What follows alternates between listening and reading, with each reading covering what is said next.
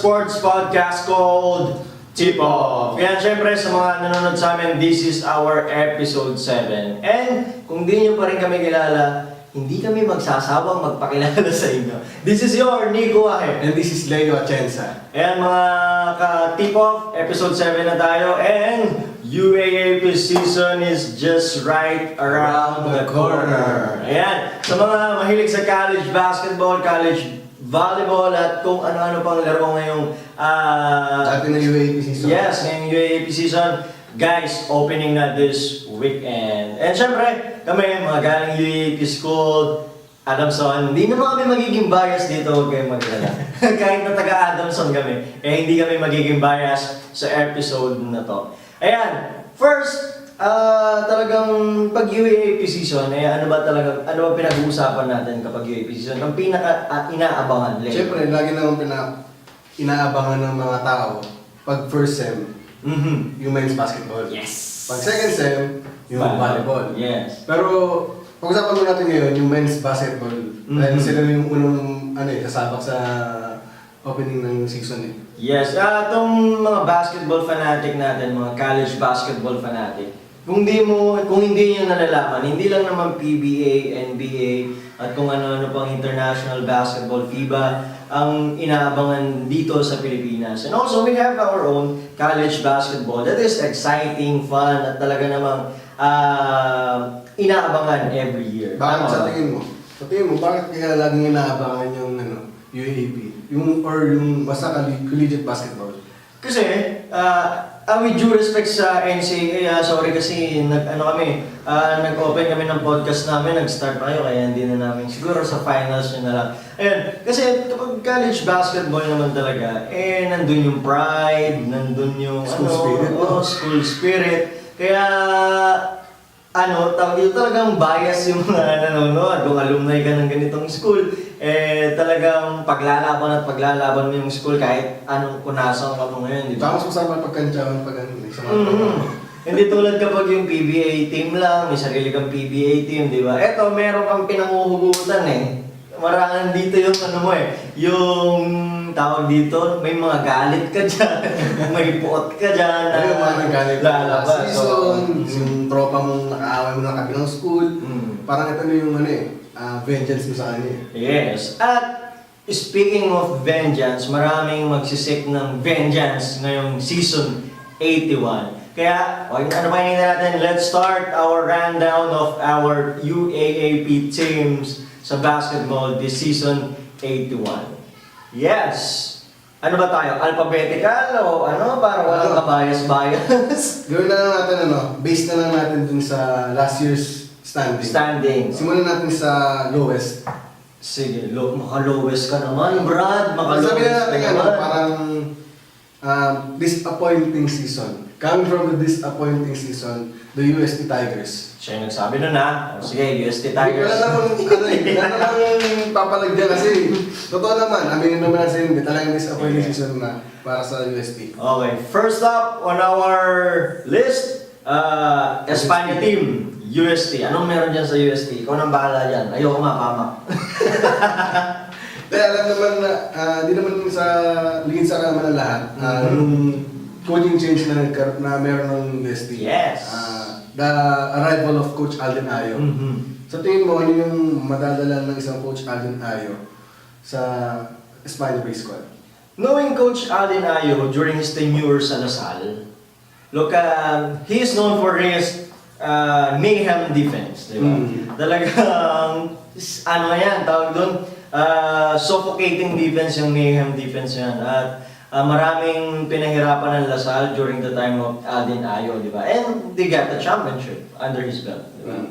Ayun.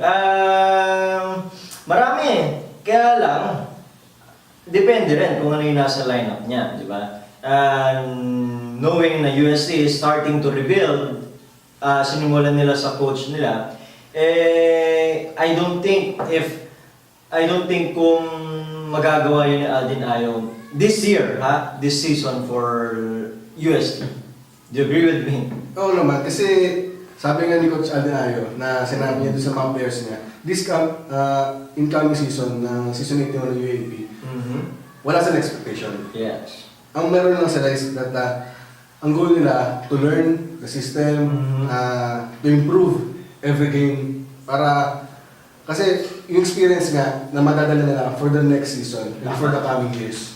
And they have to be patient, di ba? Sa mga magiging players ni Coach Aldin Ayo. And also, Coach Aldin Ayo himself, he has to be patient sa magiging process ng kanilang team. Sino ba mga holdovers? And Subido and Lee. Are they graduating? Graduated na ba sila? I think si Subido, malaking may contribute niya sa sistema ni Coach Aldin Ayo. Kasi parang sabi natin, nung nag-run, merong Mark Cruz. Nung nasa naman na siya, nandun si Alvin Melesio. Yes. So, I think dito, sa USD, si Subido naman yung mag-shine para sa USD. Yes, it's more of, yung sistema ni Aldin Ayo is more of a guard-oriented, diba? The play will start sa guard position and then talagang they will take advantage they will take advantage yung opensa na meron sila from the guard position. Tsaka nasabi mo kanina, yung may defense. Kasi nung back in the De La Salle days, during the La Salle days, nung si Coach Aldin Ayo po yung may hawak sa nila, yung may defense, kaya siya naging very effective because of Benembala. Yes. So, will they have this kind of versatility sa mga big men nila na pwedeng tumulong sa mga guards nila, sa mga makukulit na guard nila na magpe-press? Maglalaro pa ba si Chippy Paundo for USD? Hindi pa kasi naglalaro sa official roster, pero kasi... But Chippy is playing for Bataan. So, baka hindi. Baka hindi na nga. Kasi di pwede yun. Ayun. What will lack for USD is, I think, the center position. Hindi pa natin alam kung sino dadali ng sentro para kay Aldin Ayo. But USD is still USD. They'll find ways to win games this season. Not too much, but they will win. They will post an upset this season. Ayan, next. Speaking of coaching change. Kasi naman, university ang nagkaroon ng coaching change this off-season. The UE Red Warriors. UE Red Warriors. Ayan, sa naman yan? University building itong UE. Ayan, what's with UE this season, Leo? Yung kanilang bagong coach si Coach Joe Silva. May background ka pa about Coach Joe Silva. May research ka ba? Mga katipok, hindi kasi ako nag-research yan kasi busy Pero, kilala mo ba? Ano ba ang dapat abangan sa UE? For UE, UE is always Alvin pa sa all teams these days. Diba?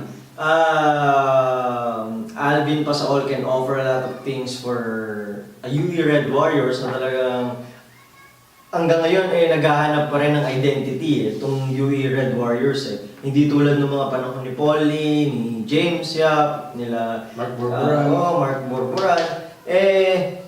Ngayon parang may identity crisis tong UE Red Warriors. Unlike yung pinaka-question dyan is that this season, makakakuha na ba ng enough help, enough needed help ng isang Alvin na pasok. Kasi napatunayan na niya last season na he can score. Yes. He can dominate the game by imposing his offensive prowess. And also, last season, he had Charcos ba? Si Charcos, si Manalang, di ba? I don't know kung paano mag-step up yung ibang teammates ni Alvin Pasol. And direkta din to kung will Alvin Pasol can involve his teammates this season. Diba? Kung kailangan niya ng tulong, syempre, hindi naman pwedeng lagi na sa kanya yung ball. I'm not saying he's a ball hog. Diba? Pero, he has to share the ball para rin magkaroon siya ng katulong. Kasi syempre, diba? scouted naman na siya.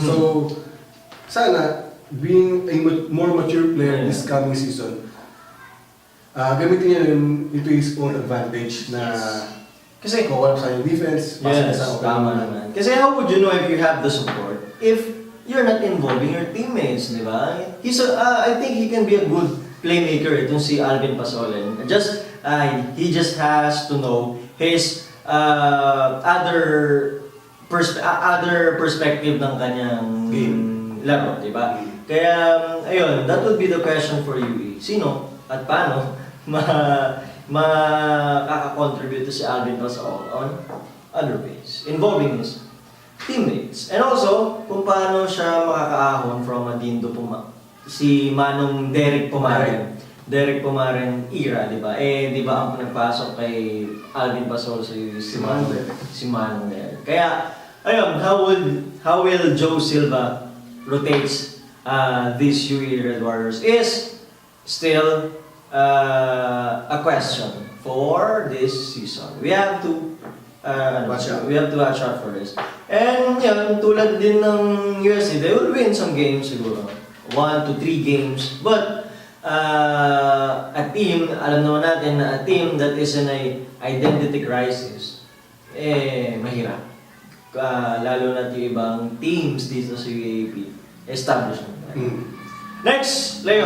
Pag-usapan naman natin yung NU Bulldogs. Yes. Coming from last season, medyo hindi natin inaasahan na nasa 6th place sila.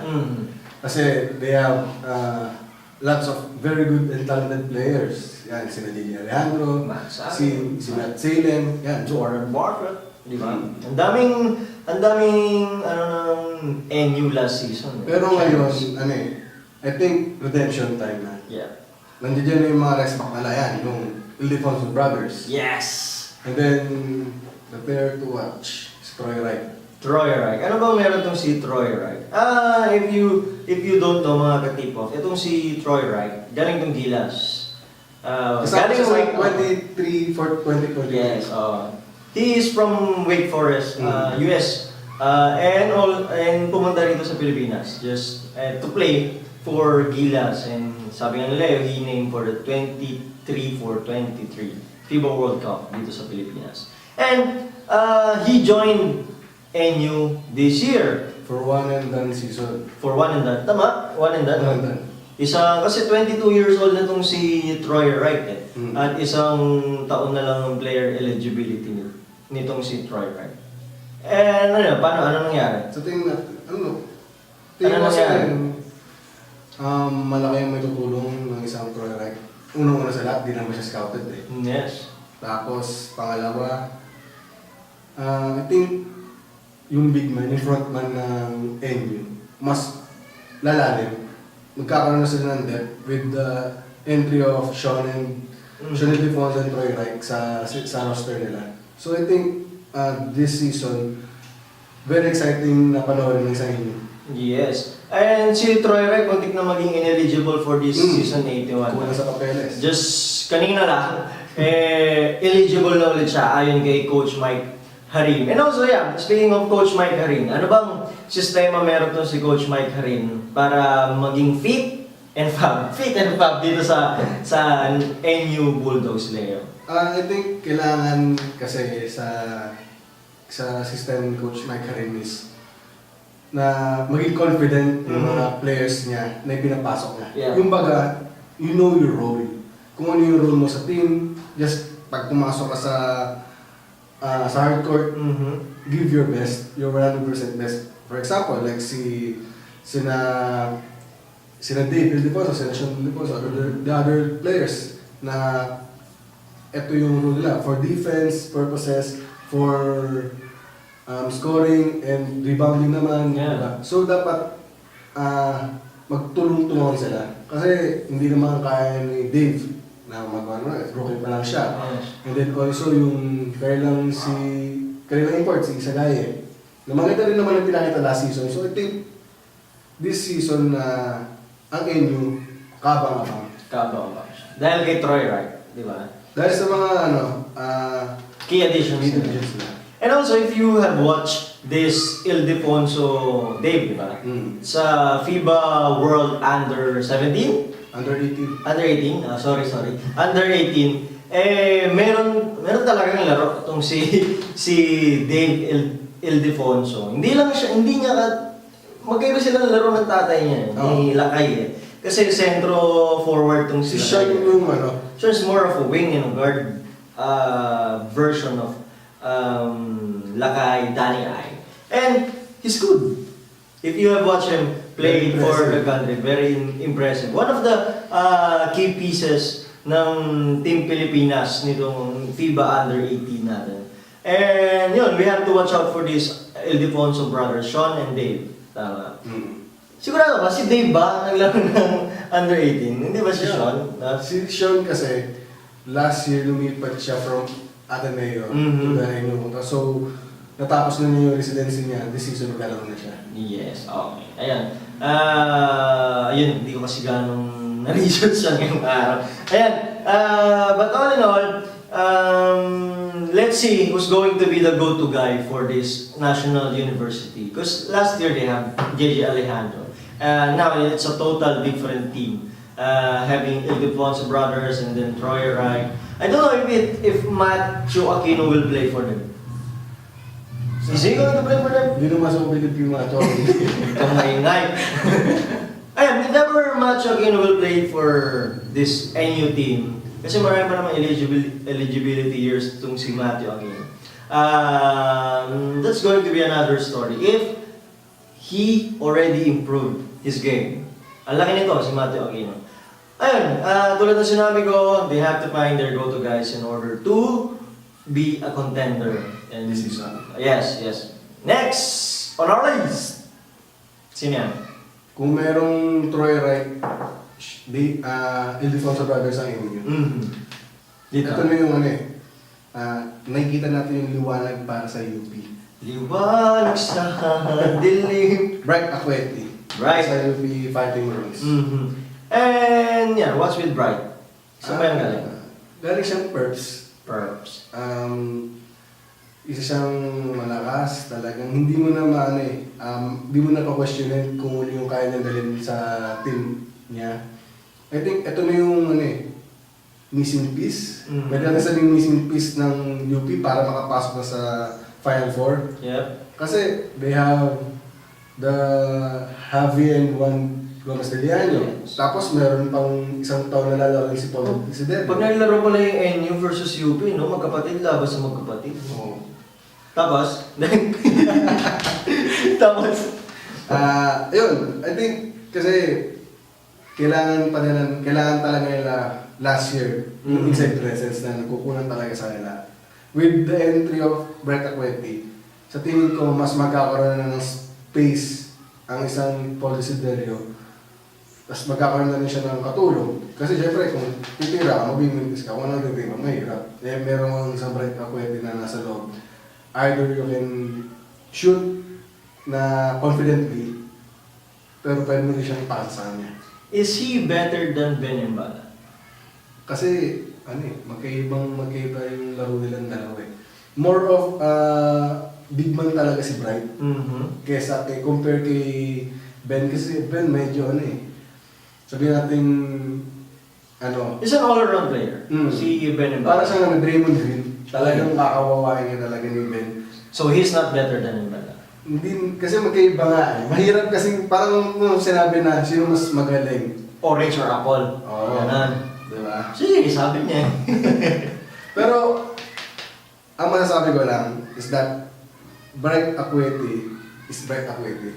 Na napatunayan niyo na yun sa Perpetual na kaya niyo namang bumuhat ng team.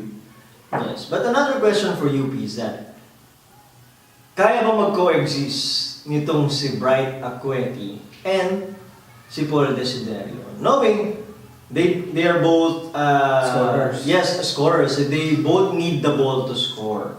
Diba?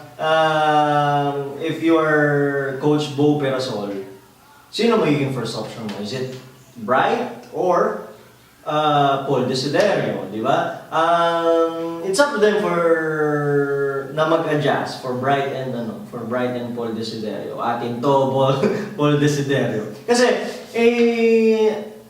ayun para mo na lang din sinabi kung nag-coexist ba si Terence Romeo at saka si Jason Castro. In a different angle kasi inside presence naman ditong si Bright eh.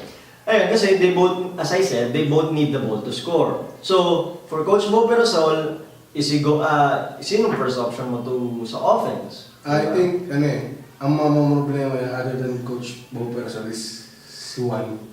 The point guard. Siyempre, kung mababasa mo ng maayos yung depensa, alam mo kayo mo ipapasa yung bola. Kung you have to pass it inside, keep right, or hahanapin mo yung open shooter mo na si Paul. Eh, paano pa kapag dumating na si Richie at si Kobe pa rin? Huwag mo na tayo masyadong mahay. Hindi ba? But at the end of the day, future... the future of UP.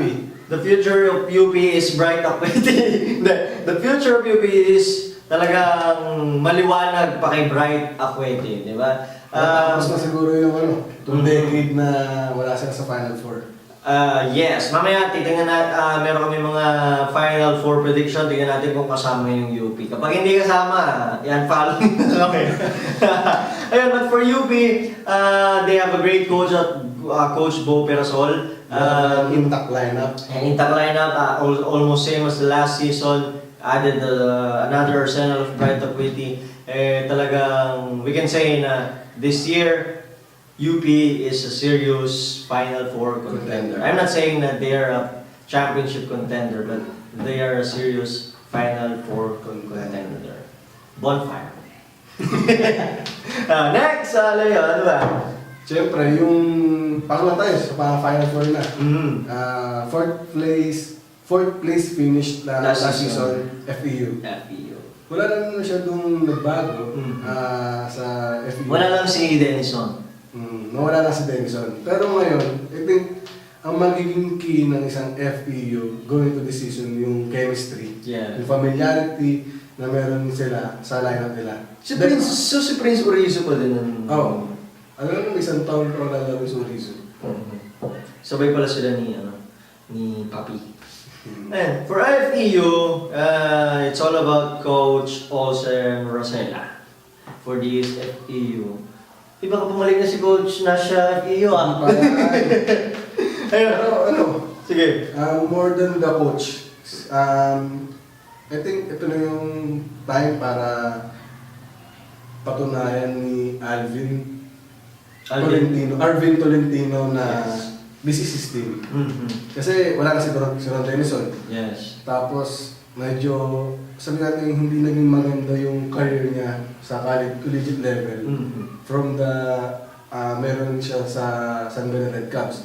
So I think this year will be... Di ba Ateneo din si Arvin? Ateneo na from nung rookie year niya. Okay. Tapos nag-eligible siya dahil...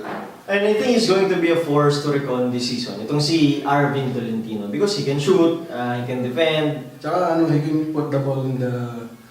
the hoop di ba? Ayun, knowing how he plays, he can find his teammates too, di ba? Ayun lang. For Arvin, he just has to get his confidence going early in the season para I think it's going to be a mythical fight. Sa tingin ko kasi kung ano yung ganda nilalaro ng isang Arvin Tolentino, yun yung barometer kung gaano kalayo ang mararating ng isang FPU. Hindi ko minamalit yung ibang players na Senator Hubert Cani, pero Arvin Tolentino is Arvin Tolentino. Maganda yung credentials na meron siya. Yes, to yan. Next! A-D-A-N-S-O-N. Ayan. Don't worry, we're not going to be biased for this Adamson, but they're going to be good this season. Bakit? Third time na charm ba? Third time a charm. Continuity is a charm. Experience. Yes. I think Adamson University this coming season will be a more experienced team than last year. Except Tyrus Hill and Kurt Lomera. Hanapin ng mga wala. Ay, sorry. Sensya na, brother. Yun nga, speaking of nawala, one of the key losses ng Adamson is the primary point guard, Robbie Manala. Oh, yes. And Donochea, di ba? And for Adamson, as Leo said kanina, experience and ano yun? Experience and familiarity will be their bala. Naging konya na ako. Sa susunod pa yun eh.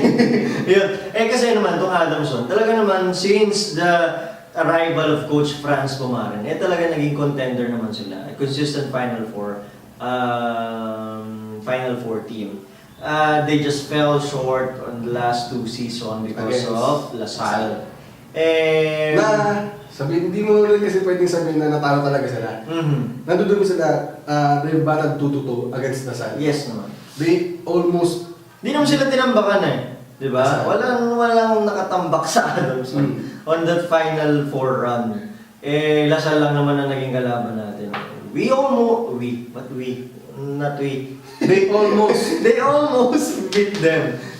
LaSalle on that Final Four. 2 consecutive Final Four appearances. And also, they still have Popistar. Diba? They have Jeric Anisi. Yes. They have Sean Manganti and also Jonathan Espinata yun, yung 4 course nila na nasabi nga ni Coach Dunagado. And it's intact lineup for Adamson Soaring Falcons. And they add key additions. The one, Lastimosa. Yan, maraming di ko alam kung napawaw, pero naging maingay ang pangalan ni Lastimosa this off-season for Adamson. Sino na sa obstacle? Siya ba? Or Gulo ng challenge? Ayun. And also, nung pre-season tournament na Phil Oil, talagang maganda ang pinakita ng Adamson Soaring Falcons nung nakaraang Phil Oil. And, this season, gaya ng FEU, this is the team of Jeric Anisi. Ako naniniwala ako this is the team of Jeric Anisi. Last season, medyo subpar yung pinakita niya. Hindi siya ganun ka-aggressive dahil siguro scouted siya na lone scorer. He has to redeem himself this season, di ba? He has to be aggressive. Hindi lang dapat siya takbo-takbo dyan, takbo sa screen, kukuha ng for the 3 points. Kailangan attack the basket, be aggressive para sa ganun, we can get fouled, then go to the free throw line. Doon, makukuha niya na yung rhythm niya. Kailangan kasi, maging aggressive talaga siya kasi hindi siya pwedeng ganun lang.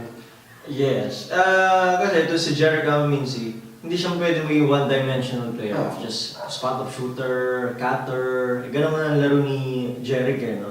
He has to be like his, I'm not comparing, but Jeric, the Maverick is more of a point guard and a shooter, di ba? He has to involve also his teammates this coming season. And also, let's see how well Jeric Ingoy will orchestrate Adamson offense this season 81. Let's see kung paano. Maraming dapat abangan sa Adamson. Yes, talaga, let's watch out for these Adamson teams this season 81. And I think they can go as high as 2nd place next to Ateneo this season. Knowing the experience, the familiarity, the continuity of the system, let's see kung ano mangyayari sa Adamson Soaring Falcons. Next! The first runner-up last season. Yes. The De La Salle Green Archers. University Green Archers. Yan, after departing some key players and coach, di ba? Iniwan sila ni Aldinayo for UST and also Richie Rivero brothers ba to? And Brent Paraiso. Umalis sila sa Ben Embala also, hindi na siya maglalaro for LaSalle. It's up to Aljon Melesio, Kib Montalvo, Justin Baltasar, and also Santi Santilla. Kung paano, they still have a good lineup it's just that they just have to find their own identity now that Ben Embala is gone. Kasi, aminin naman natin that they really rely on Ben Embala last season. Yes. So ngayon, sinong pupunta nila na maging primary option nila? Yes. And yun, they really have to find guys tulad, sino ba yung sabi natin go-to guy kanina? for inyo, tulad ng inyo, they have to find a guy who's going to be their go-to guy this coming season. Tulad ng sinabi mo, they kept on feeding and ball on the posts, on the trees, they forgot their own identity. Yung mga ibang players nila, ang ano lang nila is feed and bala, shoot and bala, di ba? And ayun, it's up to the new DLSU coach. Sino na bang coach ng DLSU ngayon? Hindi ko rin alam. Hindi kami nag-research. Sorry. Isa na nga napalitaan ko. Ano? Si Encho Serrano naglalaro for the Sun. This is a former Adamson University Baby Falcons. Encho Serrano. He's a good player. He's actually a good player. He's more of a athletic Jason Castro. Oo.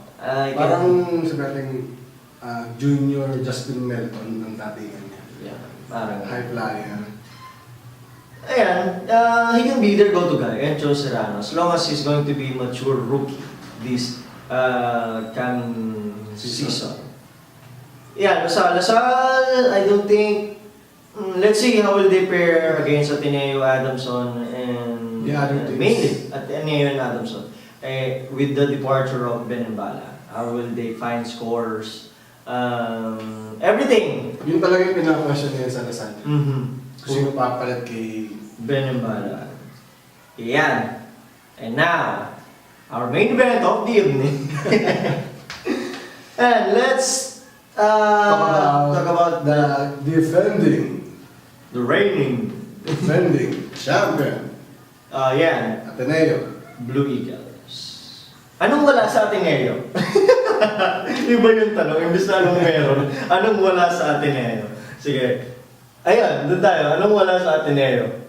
I think ang wala sa Ateneo, wala silang gwapong player. Joke lang. Wala parang ang hirap isipin kung ano pang nagkukulang sa isang Ateneo men's basketball team. Yes. Kasi sa ganda ng pinakita nila from last season, hindi naman lingid sa akalaman ng lahat yung ganda ng nilaro nila sa Jones Cup. Yes. Medyo statement yun na hindi kami layoff from last season. Tapos, syempre makalaban nila din mga international teams. Yes. Nakakalaban din ng dating mga gilas. Di ba? They almost beat Korea. Yeah. They almost beat Korea last Jones Cup. Then, I think the season will be nakakapagtaka na lang kapag may nakatalo sa Ateneo sa elimination round. Yeah, one thing is for sure, they're going to be the scariest team this season. The team to beat. Yes, this season 81. Having coached Doug Baldwin, napakagaling itong coach Doug Baldwin. Hindi ko alam kung paano niya nagawang i-transform into that kind of culture team. Oh, di ba? Into that kind of winning culture. Though meron naman talagang winning culture natin ngayon, but in the short period of time, di ba? Inibig niya kasi talaga yung kultura, yung tradition ng isang Ateneo team. Ateneo. Kasi parang hindi na siya, naniniwala kasi si Coach Doug Baldwin sa, hindi siya naniniwala sa hero ball na parang naging, mindset na ng mga Pilipino. So, binago niya yun. Kaya hindi nga naging focal point ng offense nila si Ferdy Ravena. Yes. Unlike yung mga last na mga team ng Ateneo, you have your superstar Kiefer Ravena, and then Bon Pesumal, and also other players. You have the Greg Slaughter during 2011 season. And also, you have L.A. Tenorio na way back season. Di ba? Ponasher, di ba? Ang daming... Ang daming mga star player for Ateneo na I think nagkakaroon ng isang identity lang isang go-to guy lang. Unlike this Coach Doug Baldwin team na talagang you don't, hindi mo kailangan na pabayaan. Wala kang papabayaan na player dito sa Ateneo. And Isaac Go is going to be another big revelation last season. At ngayon, I think is going to be another bigger revelation for Isaac and also Ferdy Ravena, di ba? And Mike Nieto, basta maraming papaiyakin tong Ateneo. Isa na doon ng Adamson. But, syempre, they will find ways to beat Ateneo. Hindi nga tayo magiging bias. Paulit-ulit kang Adamson. Sorry guys. Sasabihin ng mga... Pinaaral kasi ako ng Adamson kaya mas yan. Everyone will root for Ateneo To win the crown. To win the crown, yes. But every team will try to beat them. Ang sabi nga ni Matt Nieto sa isa niyang interview, di ba? Hindi kailangan nila magpakampante kasi sila na yung nagiging, ang Ateneo, yung target ng lahat ng team. They try to improve their game just to beat the Ateneo. Parang Golden State Warriors ng NBA. Oh. Pero hindi naman that same nila. Pero parang hindi naman mentalidad ng mga teams nila. You have one guy, one team to beat. Parang ganun. Hindi ka man manalo sa lahat, matalo mo din. Kumbaga parang, kung gusto mong mag-champion, kung gusto mong makapasok sa Final Four, talo naman itong team na to. Hindi mo siya makakamit yung goal nun kung hindi mo tatanungin yung the best team. Yes. Yun yung best team this coming season, Ateneo Blue Eagles.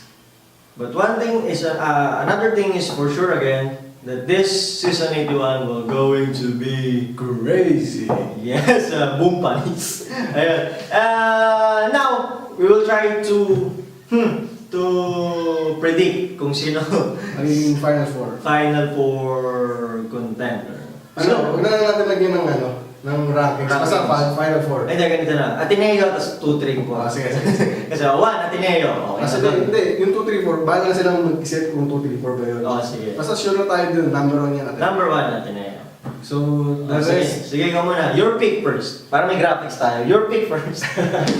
para sa akin, alphabetical na lang yung 2, 3, 4 ko. Sige. Ateneo, Ateneo. Adamson, Totoo ba? Na-alphabetical yan? NU, UP. So, cancel na FEU. Cancel. Para kasi, either na yan yung sa tatlong yun, yung sinabi ko, kasama pa rin yung FEU, dun isa na naglalabanan dun sa place ng 2, 3, 4. Sige. Pero hindi ko sinabi rankings yung 2, 3, 4. Alphabetical yun. Rankings yun, bro. Ginage ko Rankings yun, bro. Sige. Sa'yo? Ako naman dito talaga, hindi to rankings. Ateneo, number 1. This is my pick, guys. Ateneo at number 1. 2, 3, 4, ito na yung hindi rank. Ateneo, FEU, UP, Adamson. Ayun Adamson number 4. Ayun, it's going to, for my choice, it's going to be Ateneo at number 1. And then another 3 is FEU, UP, and Adamson. And you will be at far 4. Near 4, sige. But it depends upon their first round campaign. Kung paano nila mahanap yung sarili nila their first round campaign. Dark horse team. Nasa tingin mo, sa Final Four mo, biglang may isip kang mawawala doon. Tapos itong team na to, makakasila. Lasal. Lasal for you. Para sa akin, FEU. Yun yung dark horse ko. Kasi wala sa niya. Ayan, kasi Lasal, kasi intact pa din sila. Ayun, mali. Hindi, magkadikit lang ang inyo at Lasal for this season. Either na lang sa ila. Either for. Ang dark horse was either inyo or Lasal. Bahala na sila maglaban-laban doon. Basta number 1 natin. Sa mga hindi, huwag nyo kami aawain that's just a fearless forecast. Ayun. But, you knowing UAAP, di ba? Anything can happen. Yes, anything can happen. Bilog ang bola, tulad nga ng lagi nating sinasabi, cliché as it is. But, walang magaling, walang angat kapag sinabing UAAP. Everyone can be a Final Four team. Last question. Player to watch. Sa team mo, ito yung key ng team nila to win. To be part of the Final Four. Isa lang hindi sa lahat ng team. Sa team yung itong player na to, magiging key siya sa team niya para makakasok sa Final Four. Adamson. Sino? Still, Papisar. Sa iyo yun, no? Pwede, syempre, ito yung... Sige, papaliwanag muna natin. Kasi for Adamson, knowing Papisar, he's inconsistent maging consistent lang to si Papi Sar, Adamson will be on another level. Basta umiwas lang siya sa foul trouble, and also decisions, health, basta, ayun, Adamson will be on another level if Papi Sar will be consistent this season. Sa akin, walang iba si Matt Nieto ng Ateneo. What is the story? Pero kasi sa akin, point guard kasi siya. Siya yung magdadala ng team niya. Kasi, not to score, pero not to facilitate and to orchestrate the team. So, sabihin natin sure number 1 ng Ateneo. Pero they will not, they cannot go as high as without their premier point guard, Matt Nieto. Sige. Okay. Again, anything can happen for this UAAP Season 81. Malay nyo, UST pumasok. Oo nga. Kaya guys, please watch out for this UAAP Season 81. Anything, lagi namin sinasabi, anything can happen this season. And also, don't forget to support your own team. Your school needs you. And we need the drummers. Huwag natin kalimutan yun. Hashtag stand with the drummers.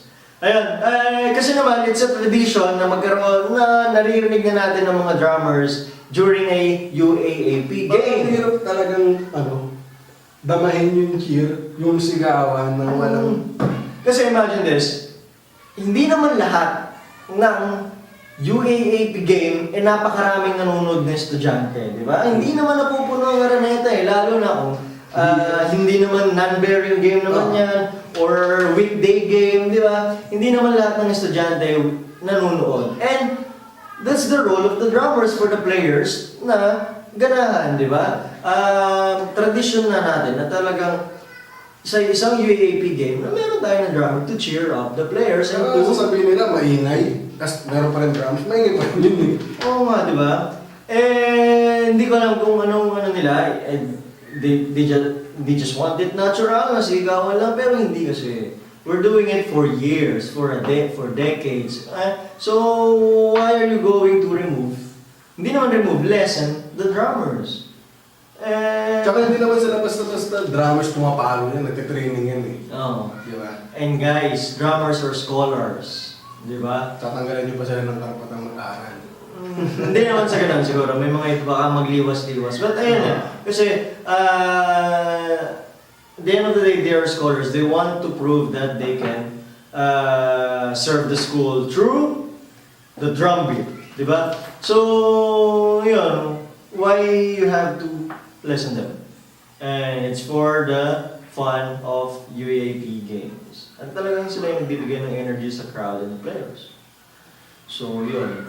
I think, the UAAP officials, I think you have to... Review nyo naman yun. You have to review about this. Kasi ang daming nating pwedeng baguhin sa UAAP. Eligibility rules, in-game rules, di ba? Ba't natin papakialaman yung ganitong drummers?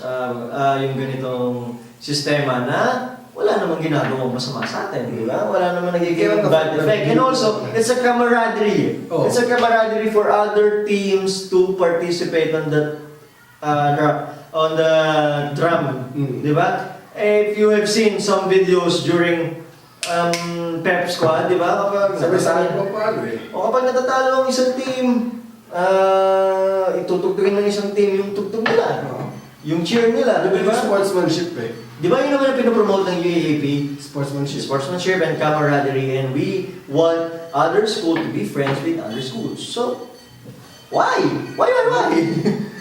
So, Hindi naman namin sinasabi na hindi sapat ang sigaw namin. But we want it that way. We want the drummers to stay. Hindi lang isa, hindi dalawa. Lahat. Yan, assist na lang. Ayun, marami. Basta. But kami dito sa tip-off, we stand with the drummers of UAAP. And we want you every game. Yun, basta, kaisa nyo kami sa inyong pagtugtog. At tutugtugin din namin ang inyong tugtog. Hindi, yan. Basta, makakasa kayo na susuporta kami sa mga drummers. Hindi rin kami papayag na mawala kayo sa game. And I think that's a wrap for our UAAP episode, this episode 7. Yes, Leo, may sasabihin ka pa? Don't forget to like our Facebook page. Sige, tuloy ako sa'yo. Ayan, mga tip-off, maraming salamat sa pakikinig ngayong episode 7. Abangan nyo iba pa naming susunod na mga episode. Marami pa yan. And also, don't forget to follow us on our social media accounts, especially our page. Ano ba yan? Facebook.com/tipoff.hope. Tsaka salamat sa mga nanood ng previous naming episode. Ilan ba? Almost 2,400. ang nanood. Maraming salamat. Pero yun nga, nandito kami para ipahayag ang aming mga sagabin patungkol sa laro ng basketball And other sports. Yan, I think that's it for today. Maraming salamat mga ka-tip-off. This is your Nico Wahe. And this is Leo Atienza. And this is Tip-Off!